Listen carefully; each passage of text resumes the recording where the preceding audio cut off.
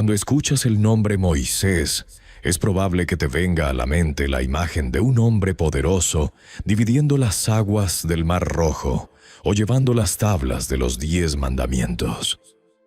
Sin embargo, ¿qué pensarías si te dijera que el Moisés que creías conocer, ese gran líder que guió a las 12 tribus de Israel hacia la tierra prometida, fue en su juventud un asesino, que tuvo dificultades para hablar y que su temperamento impaciente le costó parte de la herencia prometida, el príncipe del río, la salvación de un bebé?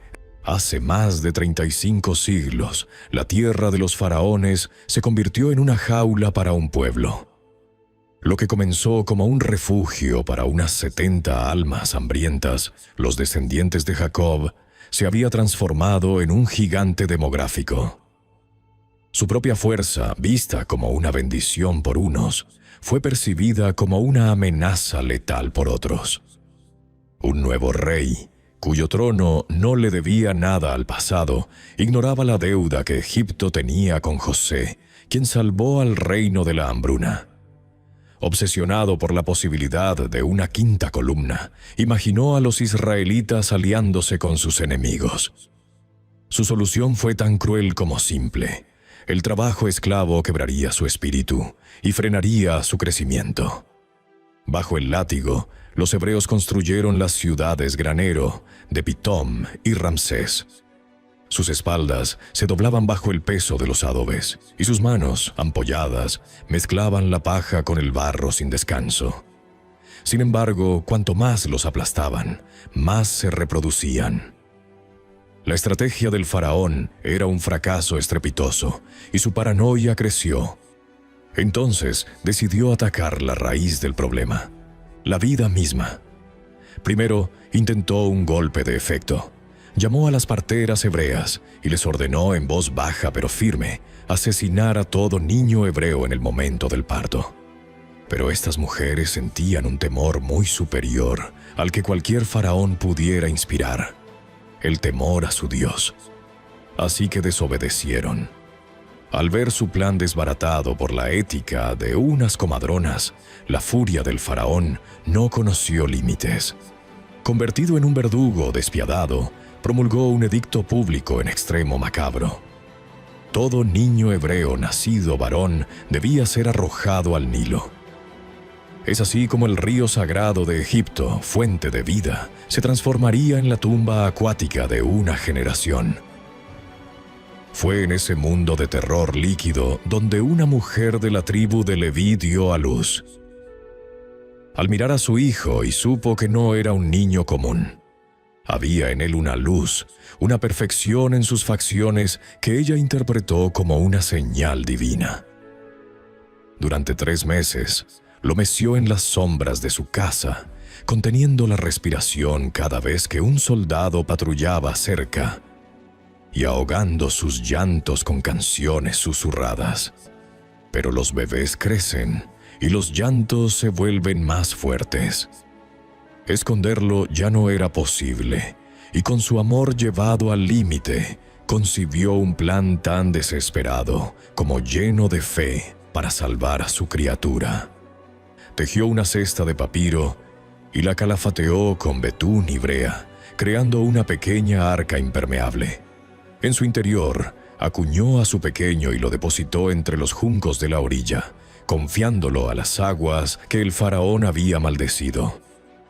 La hermana mayor del bebé, una niña llamada Miriam, se escondió entre los carrizos para ser testigo del destino de su hermano. Así, con los primeros rayos del sol egipcio, la escena cambió. La hija del faraón, siguiendo la costumbre de la realeza, bajó al Nilo con sus doncellas para bañarse. Buscaban un lugar resguardado y lo encontraron precisamente donde la corriente lamía suavemente los juncos. Una de las sirvientas del faraón vio algo extraño flotando. Una canasta artesanal. Intrigada, la princesa ordenó que la trajeran. Al abrirla, un leve llanto le heló la sangre. Dentro estaba el bebé más hermoso que hubieran visto jamás. La princesa lo miró y en un instante supo la verdad. Aquel niño era hebreo, uno de los que su propio padre había condenado a morir ahogado. Sin embargo, la orden real se desvaneció ante la compasión que le brotó del pecho ante aquella escena. Ella no vio a un enemigo, sino a un bebé indefenso, un inocente que no merecía un destino tan cruel. En ese momento de silencio, Miriam emergió de su escondite.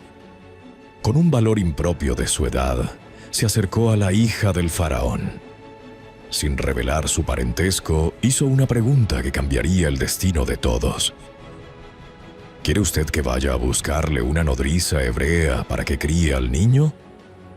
La princesa, viendo la sensatez de la propuesta, asintió. Miriam salió disparada y regresó en minutos con su propia madre. La nodriza, tomando al bebé en sus brazos, escuchó la orden más increíble que jamás hubiera imaginado. «Llévate a este niño y críamelo. Yo te pagaré un salario por hacerlo». Casi sin poder creerlo, la mujer vio cómo el decreto de muerte se había transformado en un contrato de oro. El bebé sobreviviría, amamantado por su verdadera madre, en su propio hogar, y además pagado por el tesoro de Egipto. Cuando el niño creció y fue destetado, su madre lo llevó al palacio para siempre. Pero aquellos primeros años fueron cruciales.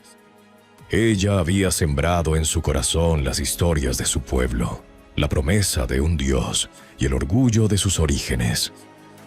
La princesa lo adoptó como hijo y le puso un nombre, Moisés, que en la lengua del Nilo evoca la acción de sacar de las aguas, un nombre que contenía la profecía de su propio destino. En la corte, Moisés se convirtió en un príncipe.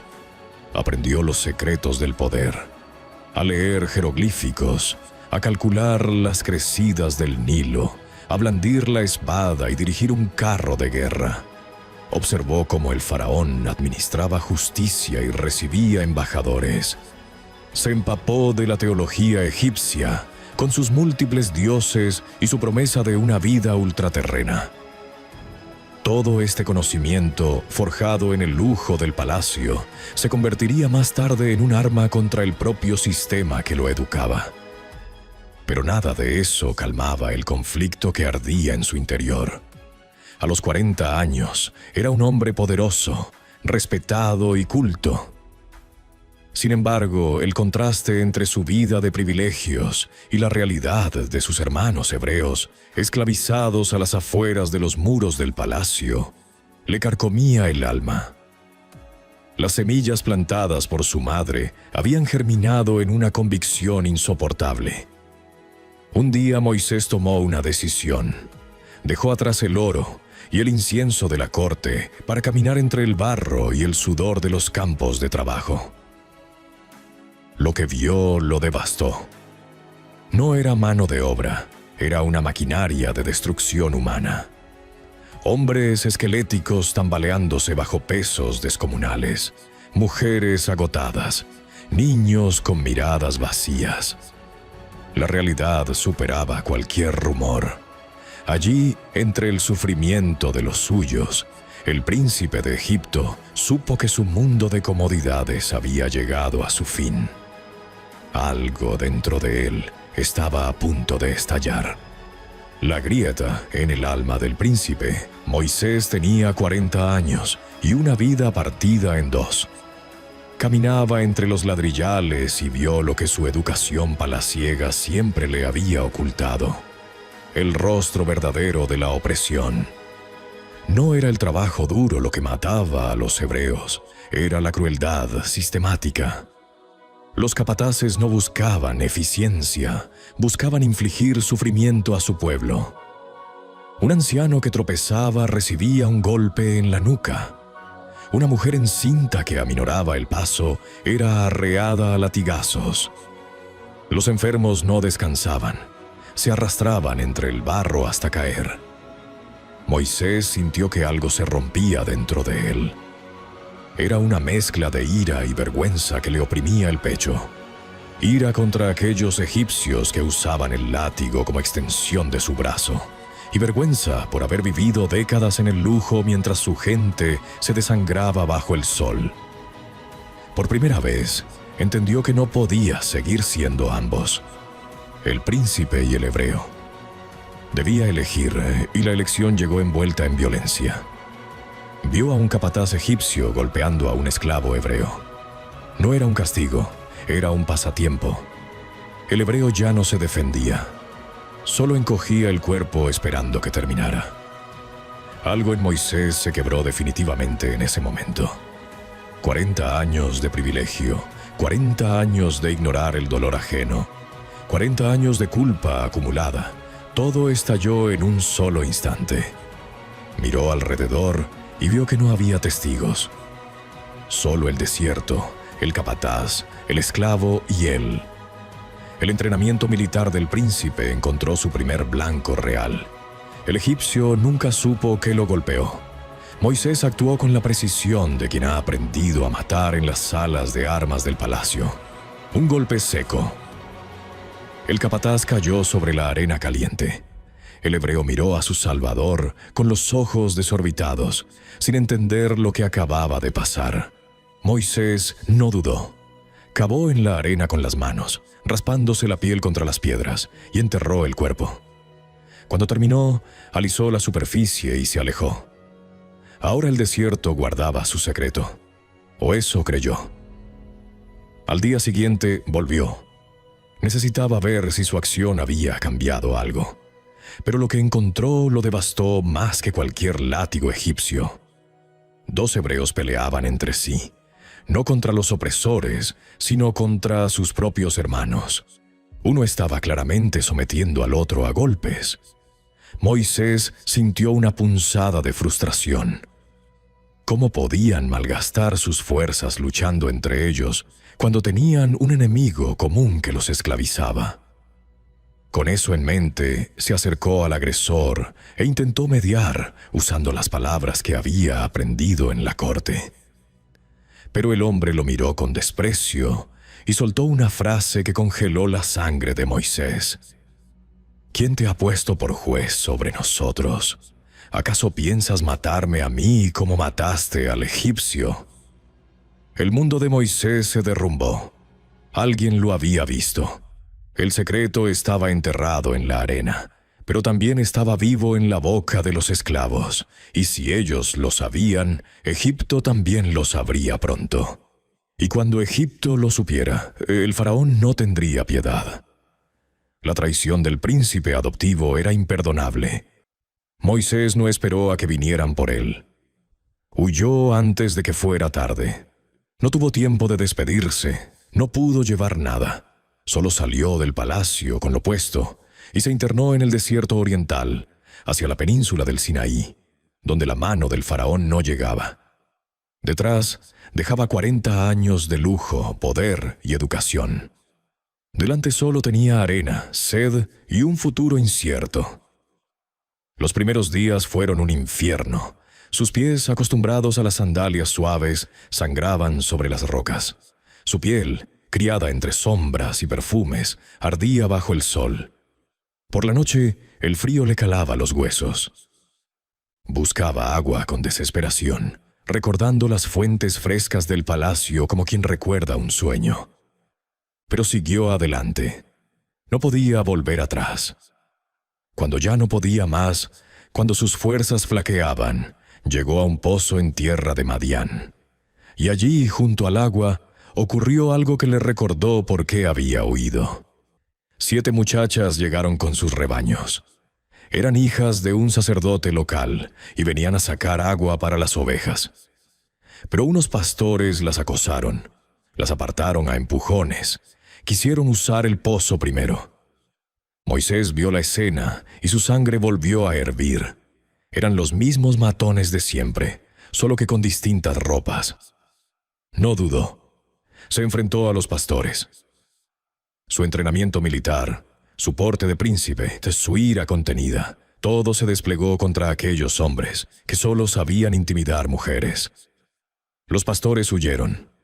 Moisés, sin mediar palabra, sacó agua del pozo y llenó los abrevaderos para todos los animales de las muchachas. Ellas regresaron a casa antes de lo esperado. Su padre, un hombre llamado Jethro, las vio llegar y preguntó: «¿Cómo es que hoy habéis vuelto tan pronto?». Ellas contaron lo sucedido. Un egipcio las había defendido, había ahuyentado a los pastores y había dado agua a sus rebaños. Forjado en el desierto, la rutina de Séfora y sus 6 hermanas se rompió ese día. Llegaron a casa con los cántaros llenos y 1 hora de luz por delante, algo inaudito. Su padre, Jethro, un sacerdote respetado y hombre de aguda percepción, intuyó que algo fuera de lo común había ocurrido. Normalmente, la vuelta del pozo era una odisea, siempre con algún pastor local dispuesto a complicarles la vida. La respuesta de sus hijas lo confirmó. Un egipcio, un desconocido, no solo las había defendido, sino que además había sacado agua para ellas y sus rebaños. Jethro, conocido también como Reuel, vio en ese acto no una simple casualidad, sino la marca de un hombre íntegro. Sin dudarlo, reprendió cariñosamente a sus hijas. «¿Cómo es que lo han dejado ir? Vayan a buscarlo e invítenlo a compartir nuestro pan». En la cultura del desierto, la hospitalidad no era un simple gesto, sino un lazo sagrado. Moisés, agradecido por el refugio tras su huida de Egipto, aceptó la invitación. Esa comida no fue un encuentro cualquiera. Jethro, con su mirada sabia, observó a aquel extranjero. Bajo sus ropas de viajero, adivinó a un hombre educado, de modales refinados, pero con las manos endurecidas por un trabajo reciente y la determinación de quien ha luchado por una causa justa. Al escuchar su historia, cómo había arriesgado todo por defender a un esclavo hebreo, Jethro comprendió que tenía frente a sí a un alma noble. Su respeto creció tanto que le hizo una propuesta que cambiaría el destino de ambos. Le ofreció un hogar y la mano de su hija Séfora. Moisés aceptó. El príncipe de Egipto, el fugitivo, se convirtió en yerno de un sacerdote madianita y en pastor de ovejas. Fue un trueque de túnicas de lino fino, por piel de cabra, de órdenes gritadas en palacios por el silencio roto, solo por el balido de un rebaño. Los primeros días fueron duros. Sus manos, acostumbradas a la suavidad, se curtieron con la soga y el cayado. Sus pies, que habían pisado suelos de mármol, aprendieron a buscar firmeza en la roca suelta y la arena ardiente. Pero en esa dureza, Moisés comenzó a encontrar una paz desconocida. Aprendió a leer el desierto como un libro sagrado. Descubrió que el rocío matutino en ciertas hierbas era la única agua para el rebaño en la estación seca, que las sombras de unos peñascos podían predecir tormentas repentinas, y que el aullido de un lobo a lo lejos no era una amenaza, sino una advertencia para mantener el rebaño unido. Guiar ovejas resultó ser una lección de humildad. No servía de nada la fuerza bruta. Un pastor guía, no empuja. Busca el pasto más verde y espera pacientemente a que la oveja descarriada regrese al redil por voluntad propia. Era una sabiduría muy distinta a la que había aprendido en las escuelas egipcias.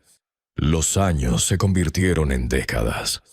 La ira ardiente que lo había llevado a matar se apagó, transformándose en la paciente perseverancia de quien cuida una vida que no es la suya.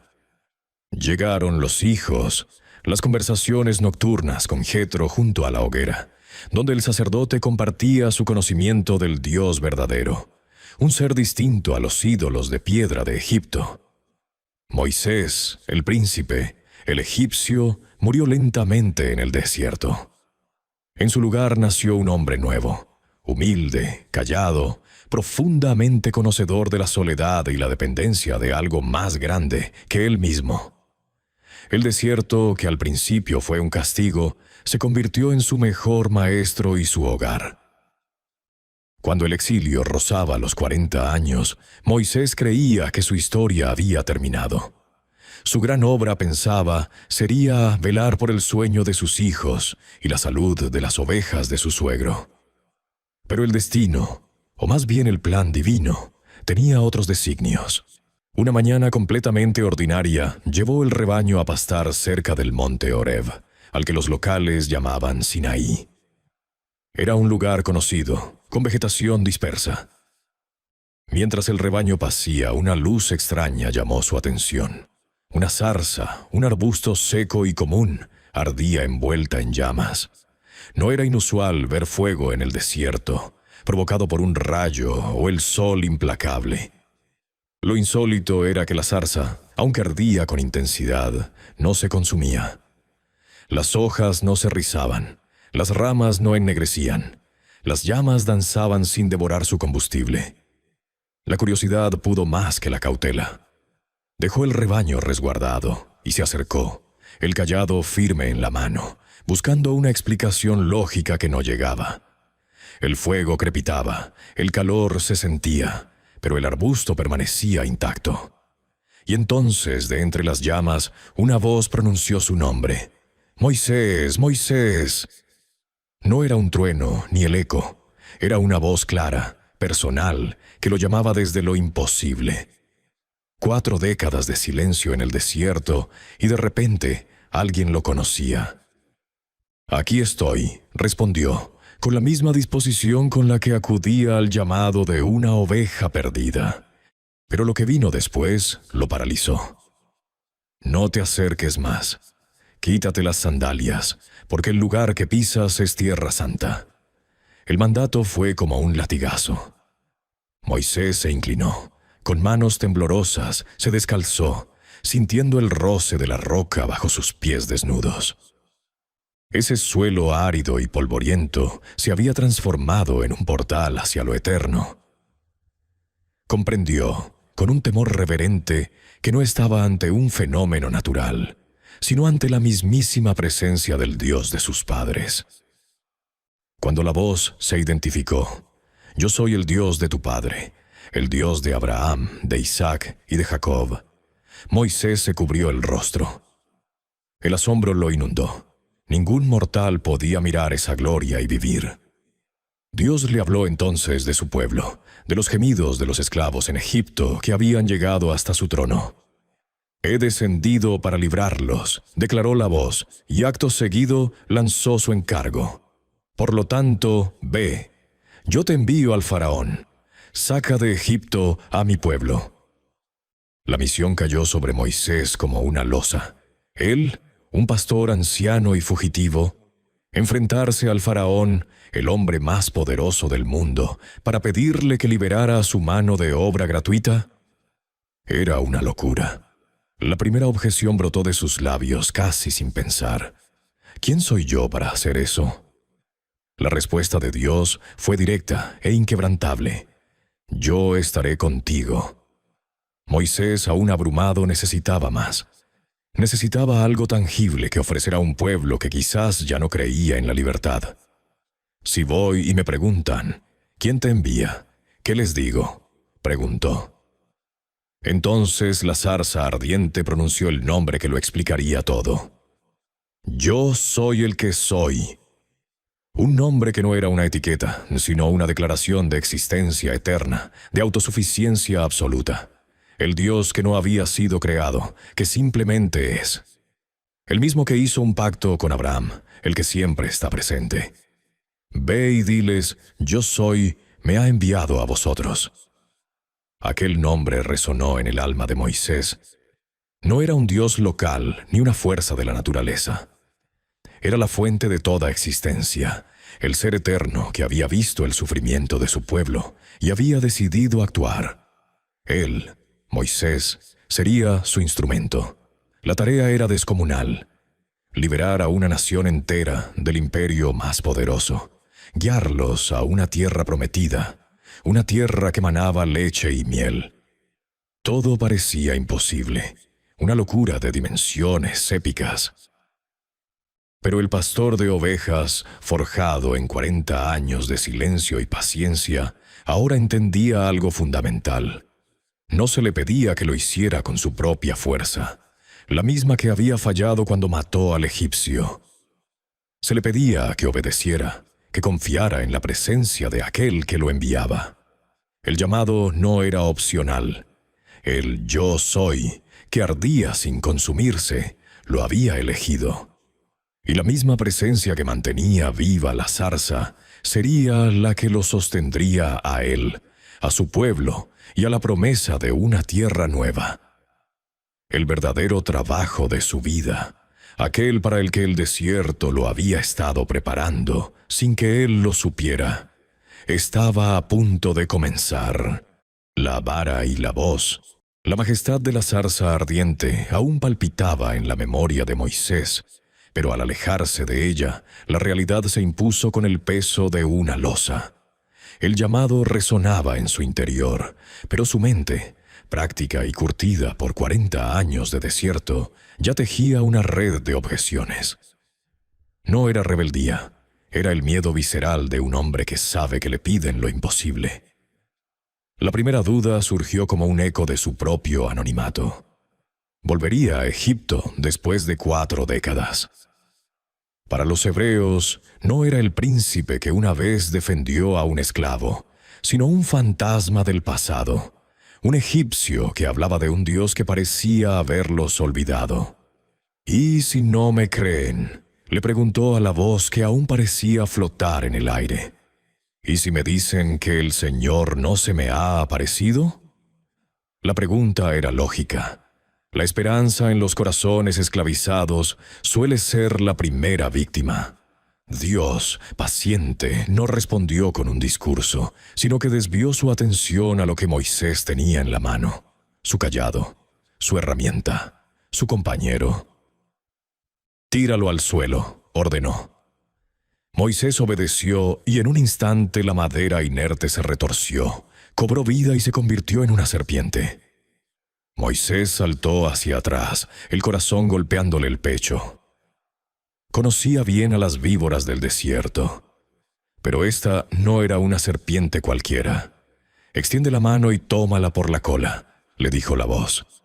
Era una orden absurda, la mejor manera de que un reptil te clave los colmillos. Sin embargo, Moisés confió. Al tocarla, la serpiente volvió a ser madera, un cayado inerte en su mano temblorosa. La lección era clara. Lo que él consideraba un objeto simple y sin poder, en las manos de Dios, se convertía en un instrumento de autoridad. Esa señal, además, resonaría en Egipto, donde la cobra era el emblema del poder del faraón. Pero una señal no fue suficiente para calmar la tormenta en su interior. Dios le dio otra. «Métete la mano en el manto», le indicó. Al sacarla, Moisés contuvo el aliento. La piel estaba blanca, escamosa, muerta. Lepra, la enfermedad que aislaba y condenaba.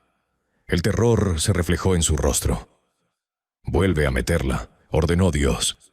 Y al sacarla de nuevo, la carne era limpia, rosada y sana, como la de un niño. El mensaje era aún más profundo. El Dios de la zarza no solo tenía poder sobre la naturaleza, sino sobre la vida y la muerte, sobre la pureza y la impureza. Podía herir y podía sanar. Y si la primera señal no convencía, esta segunda sería inapelable. Y si aún así dudaban, una tercera, aún más devastadora, aguardaba. El agua del Nilo, la savia de Egipto, se volvería sangre al verterla en la tierra. Moisés había visto el poder, había tocado lo sobrenatural. Sin embargo, el miedo más profundo anidaba en su propia garganta. La segunda objeción brotó desde lo más hondo de su inseguridad. «Perdona, Señor», suplicó. «Yo nunca he sido hombre de fácil palabra, ni antes ni ahora. Hablo con torpeza y mi lengua se traba». El desierto le había enseñado humildad, sí, pero también le había hecho olvidar la elocuencia que, según decían, había tenido en su juventud en la corte egipcia. Ahora era un pastor, y los pastores no arengan a multitudes, ni se enfrentan a reyes. La respuesta de Dios fue un destello de divina exasperación. ¿Quién crees que le puso la boca al hombre?, preguntó la voz, con un deje de autoridad que no admitía réplica. ¿Quién hace al sordo y al mudo, al que ve y al ciego? ¿Acaso no soy yo el Señor? Ve, y yo estaré contigo. Pondré las palabras en tu boca y te enseñaré lo que has de decir. El argumento era inapelable. El creador del habla bien podía capacitar al hablante. Pero el miedo es irracional y tosudo. Moisés, acorralado por la grandeza de la misión, jugó su última carta, un ruego desesperado que delataba su fragilidad. Por favor, Señor, envía a cualquier otro. No era una cuestión de logística ni de talento. Era el pavor de un hombre que se sentía diminuto ante una tarea titánica. Por primera vez, la presencia divina no fue solo paciencia. Un destello de santa indignación recorrió la zarza. Sin embargo, el castigo no llegó en forma de rayo, sino de provisión. ¿Acaso no tienes un hermano, Aarón el levita?, dijo Dios. Sé que él habla bien. Y mira, justo ahora viene en camino a tu encuentro. Cuando te vea, se alegrará de corazón. Tú le hablarás a él, pondrás en su boca mis palabras, y él será tu portavoz ante el pueblo. Será como si tú fueras Dios para él, y él tu profeta. Era la solución perfecta. A Aarón, que había permanecido en Egipto durante esos 40 años, que conocía el sufrimiento del pueblo y compartía su sangre, se convertiría en la voz que Moisés creía no tener. Moisés, a su vez, seguiría siendo el depositario de la voluntad divina, el hombre del cayado y las señales. El equipo estaba formado. Con el último obstáculo allanado y la estructura de liderazgo definida, Moisés ya no pudo negarse. El encuentro había terminado. El pastor emprendió el regreso a Madián. Se despidió de Jetro, tomó a su esposa Séfora y a sus hijos y montó su asno para iniciar el viaje de regreso a Egipto. El camino, que conocía palmo a palmo, se le antojó ahora un sendero hacia lo desconocido. Tal como Dios había prometido, en algún punto del desierto, dos figuras se reconocieron a lo lejos. El reencuentro de los hermanos fue un remanso de emoción en medio de la tensión. 40 años borrados de un abrazo. En la tienda bajo el manto de estrellas, Moisés le contó a Aarón todo. La zarza, el nombre de Yo Soy, las señales, el encargo divino y el papel que cada uno jugaría. Aarón escuchó, y su fe, forjada en la esclavitud, se encendió con la esperanza que Moisés traía. Juntos, los hermanos cruzaron la frontera de Egipto. Su primera misión no fue el palacio, sino los barrios de esclavos. Convocaron a los ancianos de Israel, los líderes que aún conservaban un resto de autoridad entre el sufrimiento. Moisés habló, y Aarón, con su voz clara y vibrante, repitió las palabras y realizó las señales. Fue entonces cuando ocurrió el primer milagro del Éxodo, no en la corte del faraón, sino en el corazón del pueblo oprimido. Cuando la vara se convirtió en serpiente y la mano de Moisés sanó de la lepra, los ancianos entendieron. Pero lo que realmente quebró su resistencia fue el mensaje. Dios ha visto su aflicción, ha escuchado su clamor. Aquellas palabras fueron como lluvia en tierra seca. Allí mismo, en el polvo de su esclavitud, los ancianos se postraron y adoraron.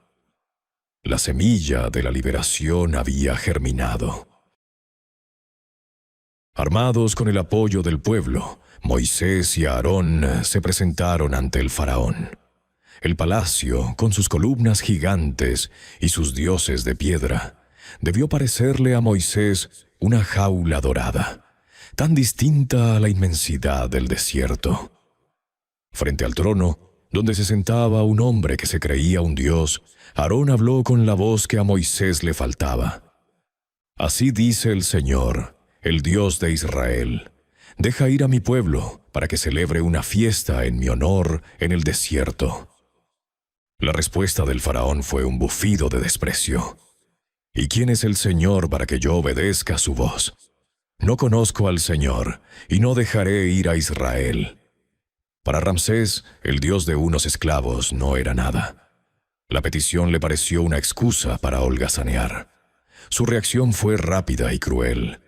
Dio una orden a sus capataces. Ya no proporcionarían paja a los hebreos para hacer ladrillos. Ellos mismos deberían recogerla, pero la producción diaria no debía disminuir ni un solo ladrillo. El resultado fue una catástrofe para los israelitas. La paja, que daba consistencia al barro, escaseaba. Los hombres recorrían los campos buscando rastrojos, mientras los capataces egipcios los azotaban por no cumplir las cuotas imposibles. La esperanza que había florecido con Moisés se marchitó de golpe, sustituida por una amargura más profunda. Los capataces israelitas fueron a reclamar a Moisés y a Aarón. «El Señor los juzgue a ustedes», les dijeron con rabia. «Por su culpa, el faraón nos odia. Han puesto una espada en sus manos para matarnos». Moisés, abatido, regresó ante Dios. «Señor, ¿por qué has traído este mal sobre tu pueblo? ¿Para esto me enviaste? Desde que fui al faraón, el pueblo está peor, y tú no has librado a tu pueblo». La fe de Moisés, frágil como era, tambaleaba ante la realidad de un plan que parecía haber salido mal. Pero Dios no se había movido ni un ápice de su propósito. Lo que Moisés veía como un fracaso era el preludio de una demostración de poder sin precedentes. Dios le habló de nuevo, con la misma certeza de la zarza. «Ahora verás lo que le haré al faraón. Por su mano fuerte los dejará ir». La batalla no había hecho más que empezar, y el campo de batalla no sería solo la voluntad del rey, sino el corazón mismo de la religión y el poder de Egipto. Dios le ordenó a Moisés y a Aarón que volvieran a la corte. Esta vez, no solo con palabras, sino con el poder contenido en la vara. El nuevo encuentro fue un duelo, cuando el faraón, con soberbia, exigió una prueba de su poder divino. Aarón, siguiendo las instrucciones de Moisés, arrojó su cayado al suelo.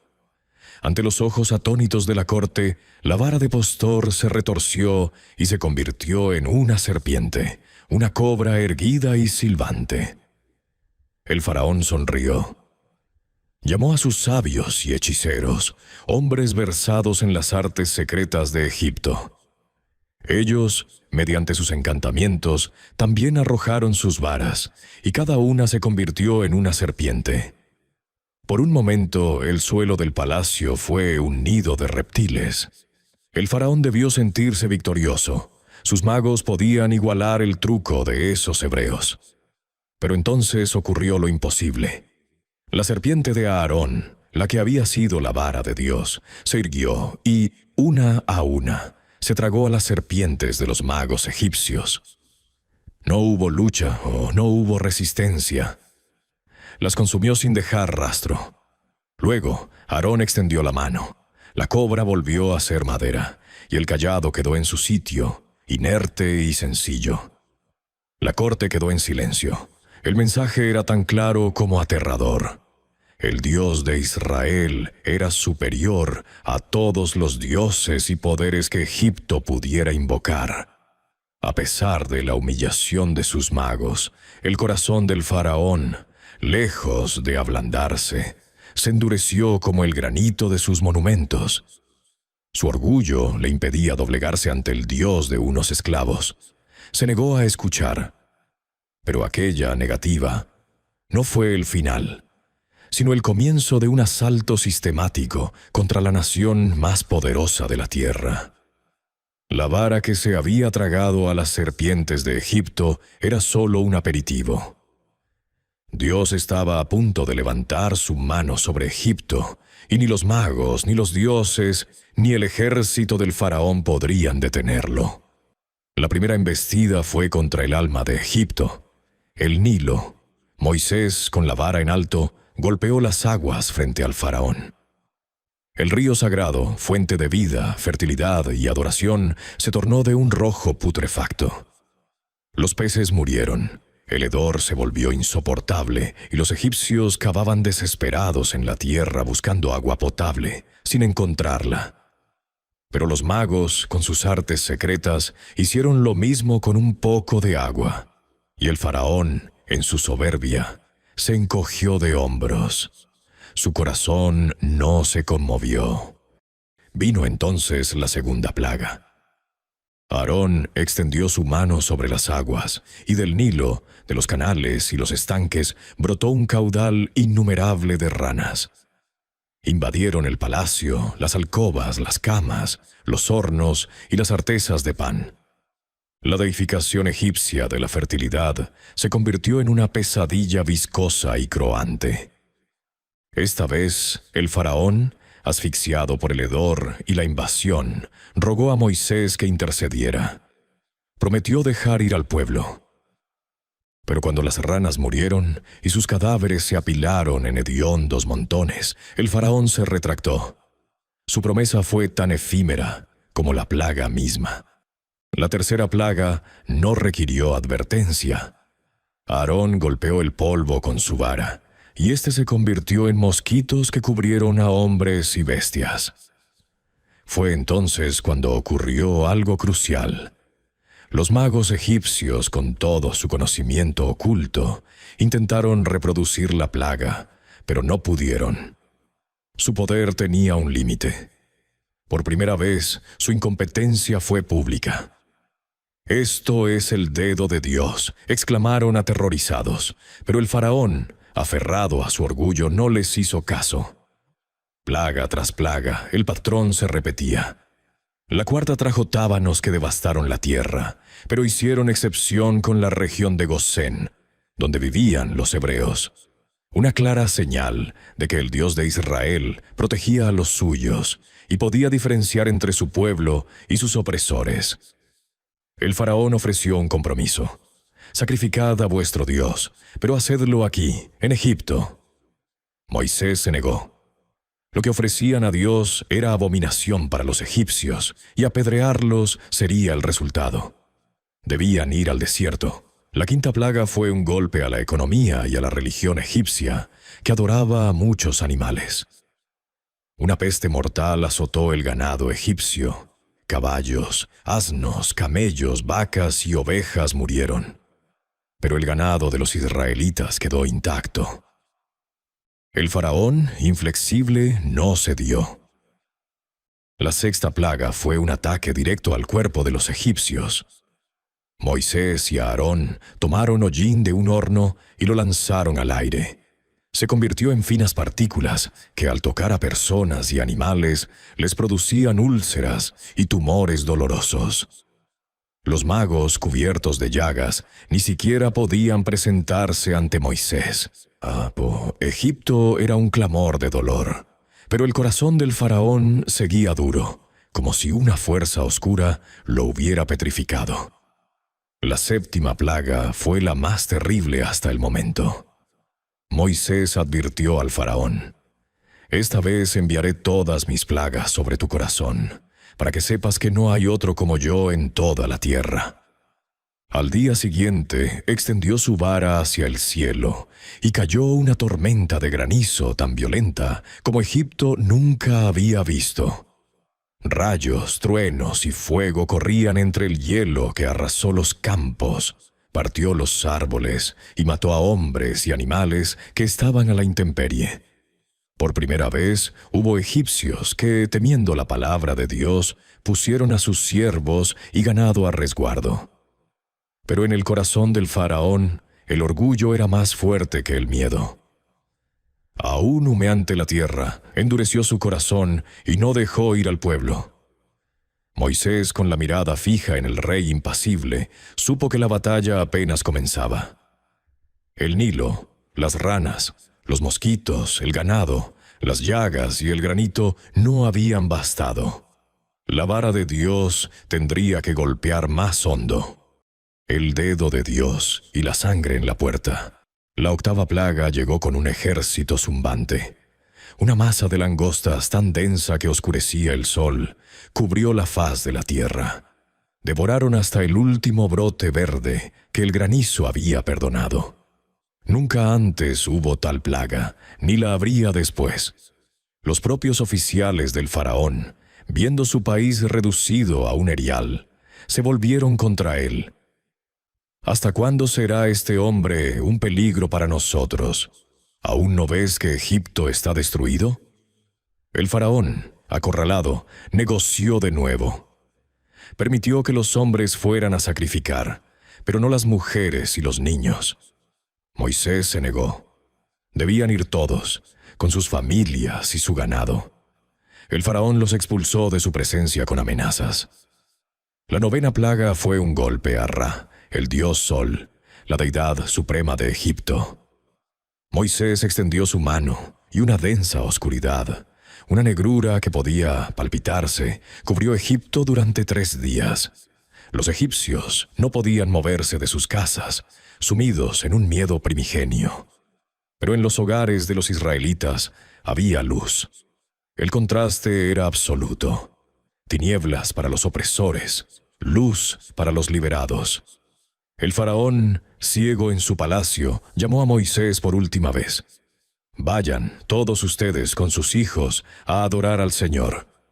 Solo dejen sus ovejas y ganado». Un último compromiso, una última artimaña. Moisés se negó de nuevo. Necesitaban sus animales para los sacrificios. La ira del faraón estalló. «Apártate de mí. Cuídate de no volver a ver mi rostro. El día que lo hagas, morirás». Moisés asintió. «Así es. No volveré a ver tu rostro». Antes de ejecutar la sentencia final, la 10ª y definitiva plaga, Dios estableció un ritual que transformaría a un grupo de esclavos en una nación.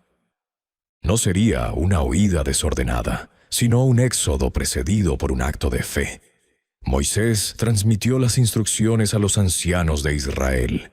Cada familia debía tomar un cordero o un cabrito macho de 1 año, sin ningún defecto.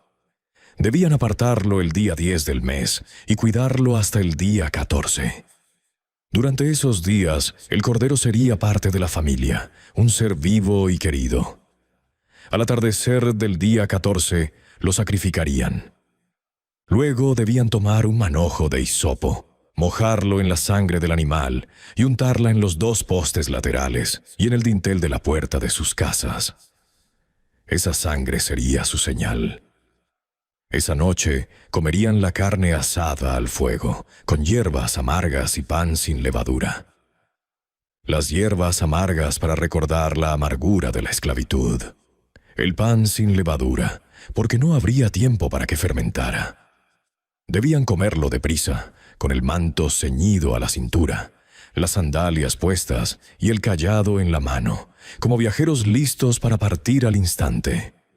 «Esa misma noche», explicó Moisés, «pasaré por Egipto y heriré a todo primogénito, desde los hombres hasta los animales. Ejecutaré juicio sobre todos los dioses de Egipto. La sangre en sus puertas será la señal. Cuando vea la sangre, pasaré de largo sobre ustedes. Ninguna plaga los tocará». Y añadió, «Este día será para ustedes un memorial. Lo celebrarán como fiesta para el Señor, por todas sus generaciones. Lo celebrarán como un decreto perpetuo». La noche de la Pascua cayó sobre Egipto. En cada hogar hebreo el cordero fue sacrificado. La sangre, fresca y tibia, se aplicó en los marcos de las puertas con hisopo. Dentro, las familias comieron apresuradamente la carne, con las hierbas amargas quemándoles la lengua y el pan ácimo en las manos. Escuchaban. El silencio de la noche era tenso, roto solo por el lejano ladrido de un perro. Fuera, en las casas egipcias, no había sangre en las puertas. A medianoche el grito desgarró el silencio.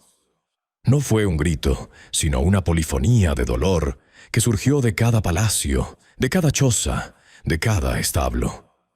El ángel de la muerte había pasado.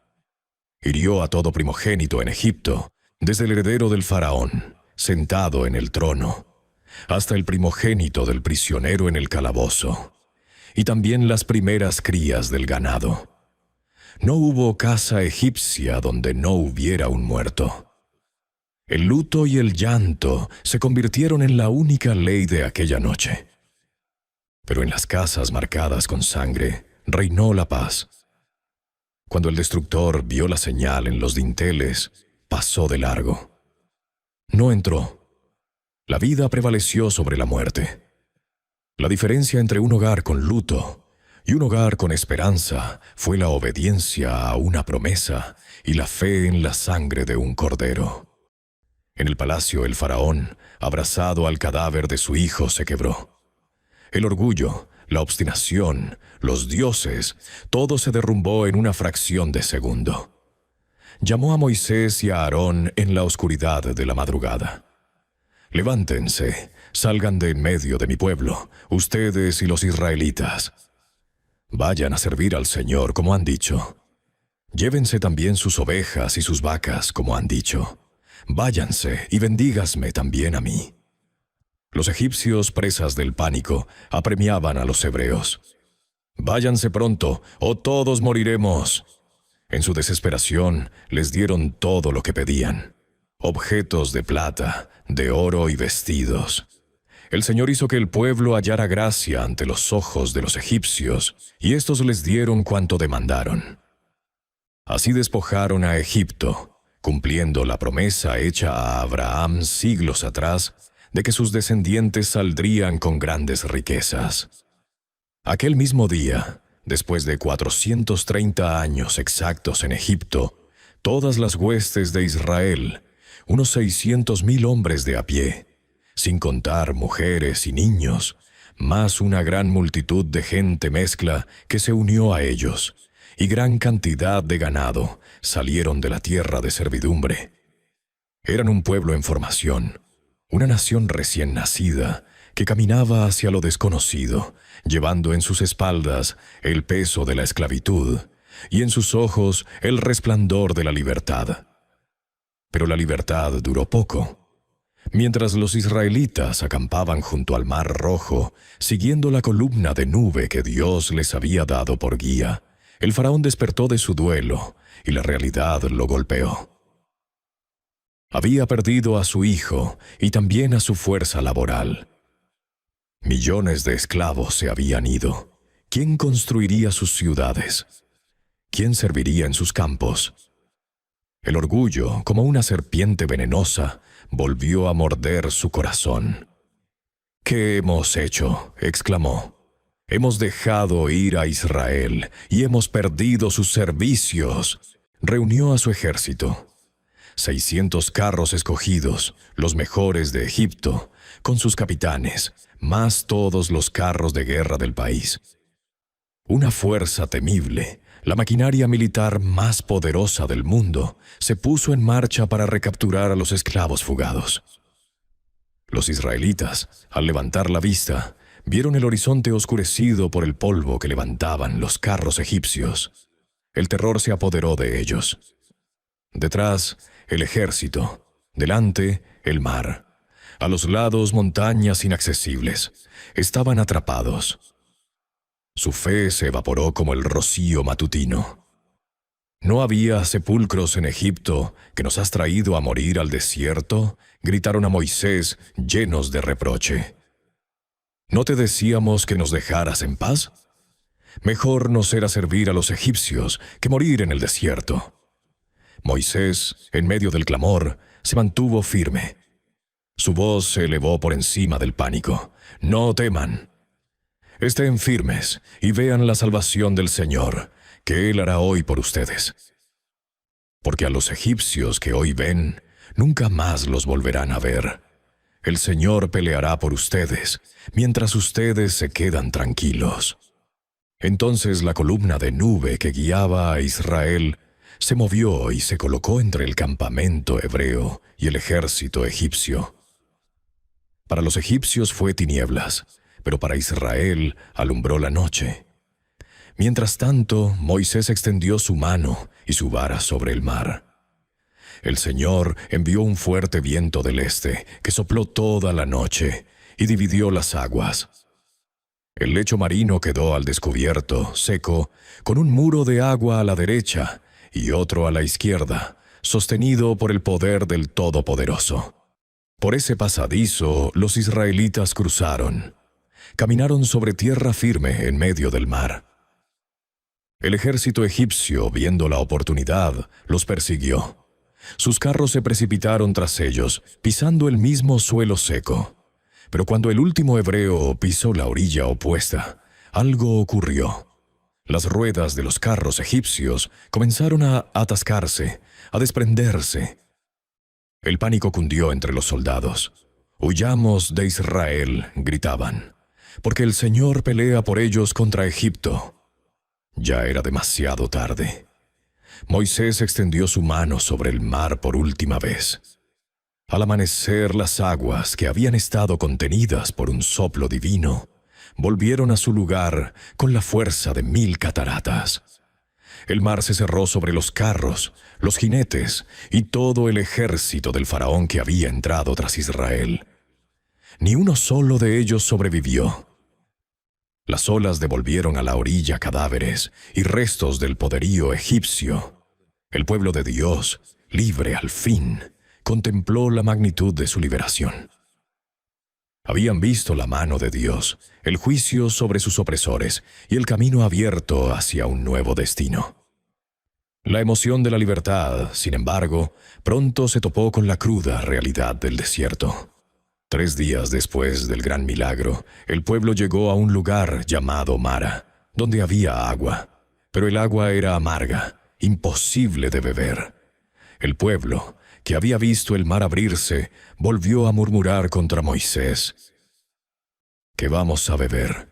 Moisés clamó al Señor, y él le mostró un árbol. Cuando Moisés lo arrojó a las aguas, éstas se volvieron dulces. Fue una lección. Dios podía transformar lo amargo en bendición. Poco después, en el desierto de Sin, la comida comenzó a escasear. El pueblo, dominado por el hambre y la nostalgia, idealizó su pasado en Egipto. Ojalá hubiéramos muerto en Egipto, cuando nos sentábamos junto a las ollas de carne y comíamos pan hasta saciarnos. Nos han traído a este desierto para matar de hambre a toda esta multitud. Habían olvidado los ladrillos, los azotes y los gritos de los niños asesinados. Solo recordaban las ollas. La respuesta de Dios a sus murmuraciones no fue un rayo, sino una lluvia de misericordia. Al atardecer, codornices cubrieron el campamento para que comieran carne, y por la mañana, cuando el rocío se evaporó, el suelo apareció cubierto de una sustancia fina y escamosa, como pan molido. Los israelitas se preguntaron unos a otros, ¿qué es esto? Moisés les dijo, es el pan que el Señor les da para comer. Lo llamaron maná. Durante 40 años, hasta que entraron en la tierra prometida, el maná fue su sustento. Cada mañana, excepto el sábado, recogían la porción diaria. El que recogía mucho, no le sobraba. El que recogía poco, no le faltaba. Dios los estaba enseñando a depender de Él, día tras día, en la escuela del desierto. El legado del hombre que vio a Dios cara a cara. 3 meses después de haber salido de Egipto, la columna de nube se detuvo ante un macizo imponente que emergía del horizonte. El monte Sinaí. Era el mismo lugar donde Moisés, décadas atrás, había visto arder una zarza sin consumirse. Ahora todo un pueblo acampaba a sus pies, a la espera de un encuentro que forjaría su identidad. Dios llamó a Moisés a la cumbre y le encomendó un mensaje para la nación. Si me obedecen y cumplen mi pacto, serán mi tesoro especial, un reino de sacerdotes y una nación santa. El pueblo, desde abajo, respondió a una sola voz. Haremos todo lo que el Señor ha dicho. La preparación para el encuentro divino fue solemne. Durante 3 días, el pueblo se purificó. Al amanecer del tercer día, el Sinaí se cubrió de una densa nube. Truenos y relámpagos rasgaban el cielo, y el sonido de una trompeta, cada vez más fuerte, hizo temblar a todo el campamento. La montaña humeaba como un horno, sacudida por un violento temblor. Desde el fuego y el humo, la voz de Dios pronunció las 10 palabras que resonaron en los oídos de cada israelita, estableciendo los cimientos de su relación con Él y con su prójimo. El pueblo, aterrado, retrocedió y pidió a Moisés que fuera su intermediario. «Habla tú con nosotros y escucharemos», suplicaron. «Pero que no hable Dios con nosotros, no sea que muramos». Moisés aceptó y se adentró en la espesa nube, desapareciendo en la cumbre. Allí permaneció 40 días y 40 noches, mientras Dios le dictaba las leyes que gobernarían cada aspecto de la vida social, civil y religiosa de Israel. Al final, el propio Señor escribió los mandamientos en 2 tablas de piedra, un testimonio eterno de su pacto. Pero mientras Moisés estaba en lo alto, en la comunión más íntima con Dios, abajo, en el campamento, la impaciencia y el miedo hicieron presa del pueblo. 40 días les parecieron una eternidad. Rodeando a Aarón, le exigieron: «Anda, haznos dioses que vayan delante de nosotros, porque a ese Moisés que nos sacó de Egipto no sabemos qué le ha pasado». Aarón, débil ante la presión, les pidió los pendientes de oro de sus mujeres e hijos. Con el metal fundido, moldeó un becerro, una imagen de un dios que ellos conocían bien en Egipto. «Israel, estos son tus dioses, que te sacaron de la tierra de Egipto», proclamaron. En la montaña, Dios informó a Moisés de la traición. Su ira se encendió, y Moisés descendió apresuradamente. Al ver las danzas desenfrenadas y el ídolo, una furia santa lo consumió. Las 2 tablas de piedra, obra de Dios, volaron de sus manos y se hicieron añicos al pie del monte. El pacto, simbólicamente, yacía roto en el polvo. Tras destruir el becerro y hacer que los levitas ejecutaran un juicio severo, Moisés hizo lo que mejor sabía hacer. Subió de nuevo a la montaña para interceder. Su ruego fue desgarrador. «Señor, este pueblo ha cometido un gran pecado.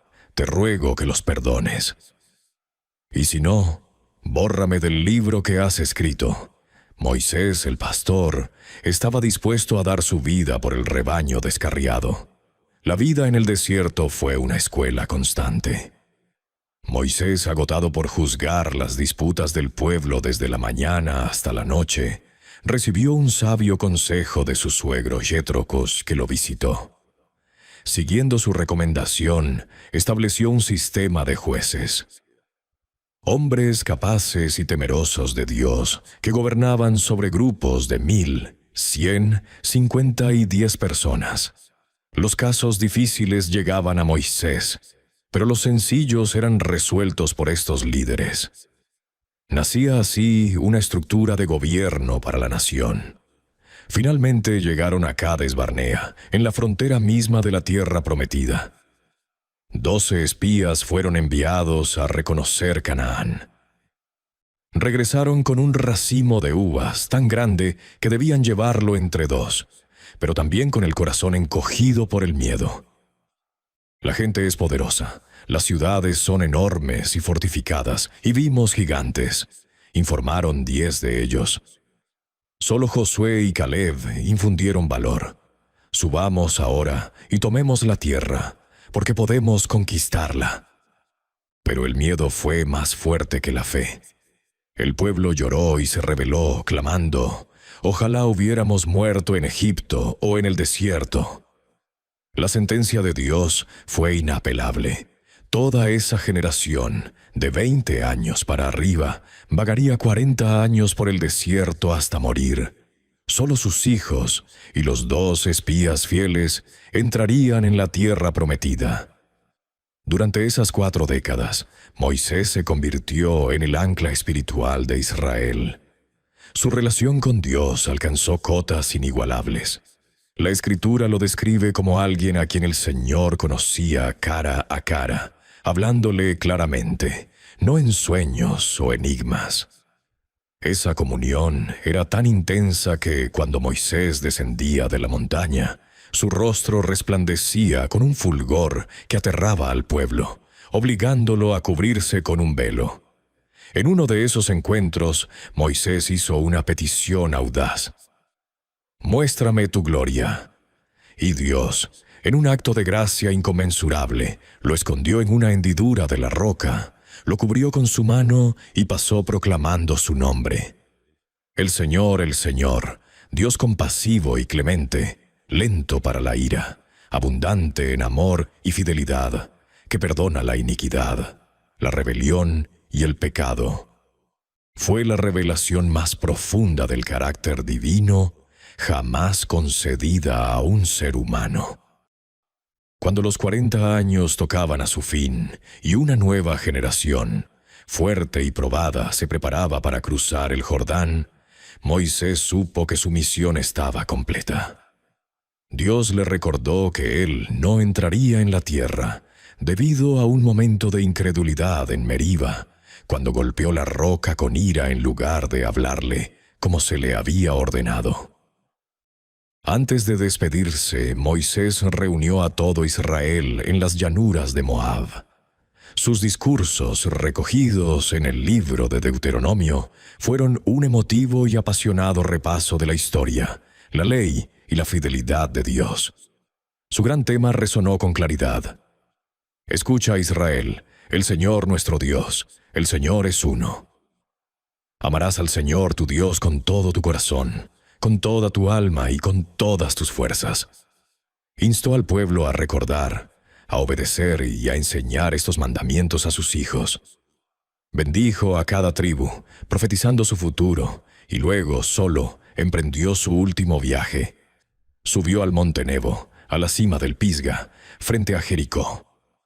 Desde allí el Señor le mostró toda la extensión de la tierra que había prometido a Abraham, Isaac y Jacob. Desde Galaad hasta el mar Mediterráneo, desde el Negev hasta el valle del Jordán. «Esta es la tierra que juré dar a tus descendientes», le dijo Dios. «Te he permitido verla con tus ojos, pero no pasarás allá». Y allí, en la soledad de la cumbre, rodeado por la presencia divina que había sido su guía y sustento durante 80 años de servicio, Moisés murió. Tenía 120 años, pero su vista no se había nublado, ni su vigor se había agotado. El propio Señor lo enterró en un valle de Moab, en un lugar que nadie ha conocido jamás, para que su tumba no se convirtiera en objeto de veneración. Israel lloró su muerte durante 30 días, pero su legado no terminó allí. La Escritura lo resume con una verdad inapelable. Nunca más se levantó en Israel un profeta como Moisés, a quien el Señor conocía cara a cara. Nadie como él realizó las señales y prodigios que Dios lo envió a hacer en Egipto, ni mostró el poder y la grandeza que él desplegó ante los ojos de todo Israel. La zarza ardiente se había apagado, el mar se había cerrado, el maná había cesado. Pero la historia del hombre que lo dejó todo para seguir la voz de un Dios que hablaba desde el fuego, se convirtió en el cimiento sobre el cual se edificaría la esperanza de un pueblo. Y en algún lugar del desierto, en la memoria de cada israelita, quedó grabada para siempre la imagen de su líder, el pastor, el libertador, el profeta, el hombre que caminó más cerca de Dios que ningún otro.